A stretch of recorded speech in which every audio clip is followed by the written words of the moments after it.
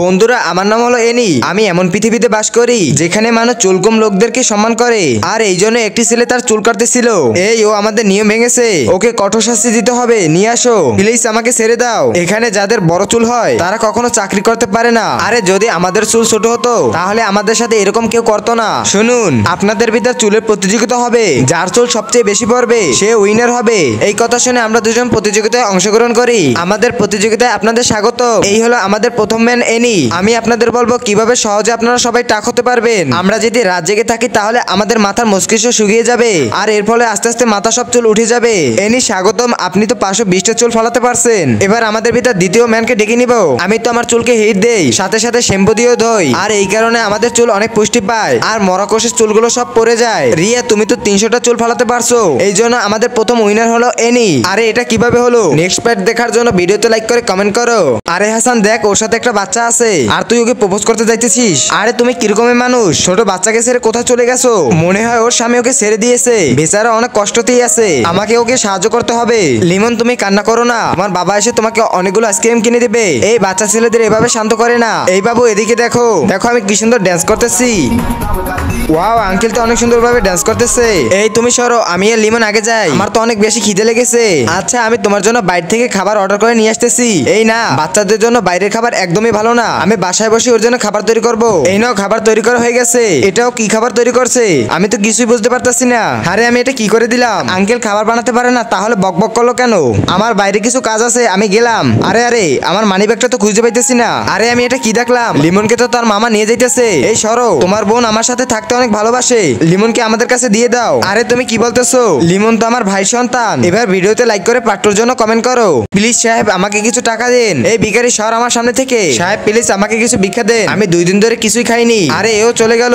সাহেব আমাকে কিছু দেন। এই সর, এই বাক্সটা নাও। কারো কাছে হাত পাতার থেকে নিজে কিছু করে খাওয়া অনেক ভালো। তুমি এই আমার কোম্পানি কার্ড নাও, তারপর আস্তে আস্তে করে আমার সব সসেস গুলো বেচা হয়ে যায়, আর এতে আমি অনেকগুলো টাকা পাই। এইভাবে আস্তে আস্তে আমি অনেক বড় একটা কোম্পানি মালিক হয়ে যাই। স্যার, আমি হাসান স্যারের সাথে দেখা করতে চাই। কি হাসান? দেখেন এই কার্ডে লেখা আছে ও হাসান স্যার। তার সাথে কাজ করতো তার পার্টনার, তাকে ধোকা দিয়েছে, তারপর থেকে তার কোম্পানি সম্পূর্ণ আমার নামে হয়ে গেছে। কিন্তু আপনি কি জানেন সে কোথায় আছে? ওটা তো কেউ জানে না। আপনি চাইলে আমি আপনার জন্য চেষ্টা করতে পারি। ভাই আপনাকে অনেক ধন্যবাদ। এই নেন আমার কোম্পানির কার্ড। আপনি যেভাবে হোক না কেন ওকে আমার জন্য খুঁজে বের করবেন। এই এটা তো সেই কার্ড যেটা আমি কয়েক বছর আগে একটি গরিব মেয়েকে দিয়েছিলাম। এই একটু আগে কি এখানে কোনো মেয়ে এসেছিল? হ্যাঁ, ওদিক গিয়েছে। আপনাকে ধন্যবাদ, তাড়াতাড়ি যেতে হবে। আরে কোথাও তো খুঁজে পাইতেছি না। Hello boss. হাসান, তোমাকে কাল থেকে আর কাজে আসতে হবে না, তোমার কাজের আমার কোনো দরকার নেই। হাসান তুমি কেমন আছো? স্যার আপনি? নেক্সট পার্ট দেখার জন্য ভিডিওতে লাইক করে কমেন্ট করো। বন্ধুরা কখনো সেকেন্ড হ্যান্ড জিনিস কিনবে না। আরে এতগুলো টাকা, কিন্তু ব্যাগটা তো পুরোপুরি খালি। আরে আবারও টাকা। এনি এবার মনে হয় আমাকে বাসা থেকে বের করে দেবে যদি ঘর ভাড়া না দিতে পারি। আচ্ছা তাহলে এই নে। আরে টাকা পেলি কই? এটা হলো জাদুর ব্যাগ, এটার ভিতরে টাকা কোথা থেকে জেনে আসে। বন্ধুরা এভাবে আমি লিয়ে কোটিপতি হয়ে যাই এবং উড়ো দূরে শপিং করতে থাকি। কিন্তু তারপরে এনি আমি একবার দেখতে চাই। আরে এটা তো পুরোপুরি খালি, এই আমার কাছে দে। আরে টাকা, মনে হয় ব্যাগ থেকে টাকা শুধুমাত্র তোর হাতেই উঠবে। বন্ধুরা তারপরে আমি লিয়ে মেলে ওই দোকানদারকে ধরে ফেলি। এই তুমি এই ব্যাগ কোথায় পেয়েছো? এই ব্যাগটা তো মায়ার ছিল। কি বলছো মায়া? বন্ধুরা মায়া আমার বেস্ট ফ্রেন্ড ছিল, কিন্তু সবসময় টাকার গরম দেখাতো, তার জন্য আমি ওর সাথে বন্ধুত্ব শেষ করে দেই। কিন্তু মায়া তোমাকে অনেক ভালোবাসতো, আর এর জন্য ওই মৃত্যুর সময় বলে গেছে হাসান এই ম্যাজিক্যাল ব্যাগটি তুমি এনিকে দিয়ে দিও, এতে আমার সব জমানো টাকা আছে। কিন্তু এই ব্যাগটা যদি চুরি হয়ে যায় এই ব্যাগ শুধুমাত্র এনিকেই টাকা দিবে। আরে মায়া এটা আমার জন্য কি করলো? নেক্সট পার্ট দেখার জন্য ভিডিওতে লাইক করে কমেন্ট করো। বন্ধুরা আমি একজন ম্যাজিশিয়ান ডাক্তার, আমি যে কোনো মানুষের জন্য তার মাথার উপর দেখতে পাই। আমি একদিন অফিসে কাজ করতেছিলাম, এনি আমাকে সাহায্য করো। কি হয়েছিল? আমি মোটা মেয়ে, তার জন্য হাসানের মা রাজি হইতেছে না। আরে বাদ দে সব, এরকম ফ্যামিলিতে যে তুই শান্তি করতে পারবি না। আরে হাসান 500 কোটি টাকার মালিক। আরে আরে এটা কি বললি? 500 কোটি টাকা? আজ থেকে আমি তোকে ট্রেনিং দিব।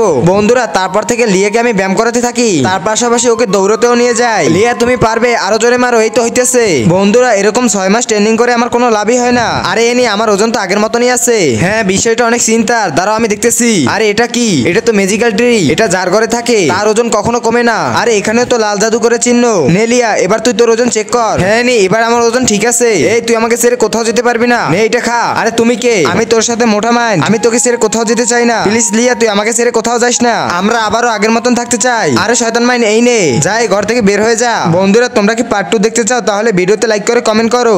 বন্ধুরা আজকের এই লাভ স্টোরিটা হলো হাসান আর এনির ভিতরে। এনি দেখো তোমার জন্য একটা ক্লিপ নিয়ে এসেছি, তোমাকে অনেক সুন্দর লাগতেছে। এনি তোমার জন্য ফুচকা নিয়ে এসেছি। আমি আর তুমি মুভি দেখতে যাবো। এই নাও টিকিট, কালকে 9টা বাজে চলে আসো। এই হাসান, তোকে বলছি না তুই আমার বোনের সাথে কখনো কথা বলবি না, আজকে তোকে ছাড়বো না। এই তোকে একবার বলছি না ওই ছেলের সাথে কখনো কথা বলবি না। এনি মুভি দেখতে যাওয়ার জন্য বলিয়ে সাজুগুজু করে ফেলে। এই এত রাতে তুই কোথায় যাচ্ছিস? হাসানের সাথে মুভি দেখতে। এই তোকে বলছি না ওই ছেলের সাথে তুই আর কখনো কথা বলবি না। না বোন, আমি এখনই যাবো ওর সাথে মুভি দেখতে, তোকে আমি এখন কোনোভাবে যেতে দেবো না। আরে বোন, তুমি এটা আমার সাথে কি করলে? অন্যদিকে হাসান এনির জন্য বসে থাকে। ওরা দুই বোন আজকে আমাদের টাকা না দিলে ওদের ঘর ভেঙে ফেলবো। ভাইয়া, ওদের দুই বোনের কাছে তোমরা কত টাকা পাও? এই তুই কে? আমি ওদের টাকা সব মিটিয়ে দেবো। আমি শহর ভিতরে যাইতেছি কাজের জন্য, শহর থেকে আসার পর আপনাদের সব টাকা মিটিয়ে দেবো। তাহলে আজকের টাকার জন্য তোর ঘড়ি আর সাইকেল নিয়ে গেলাম। তারপর হাসান এনি বাসা চলে আসে। এই তোরে আমার বাসার সামনে আসতে নিষেধ করছি না? আমি এনির সাথে লাস্ট দেখা করতে চাই। ও তোর সাথে দেখা করতে চায় না, তুই চলে যা এখান থেকে। ওকে বলে দিও আমি ওর জন্য শহরে যাইতেছি। বন্ধুরা, নেক্সট পার্ট দেখার জন্য ভিডিওতে লাইক করে কমেন্ট করো।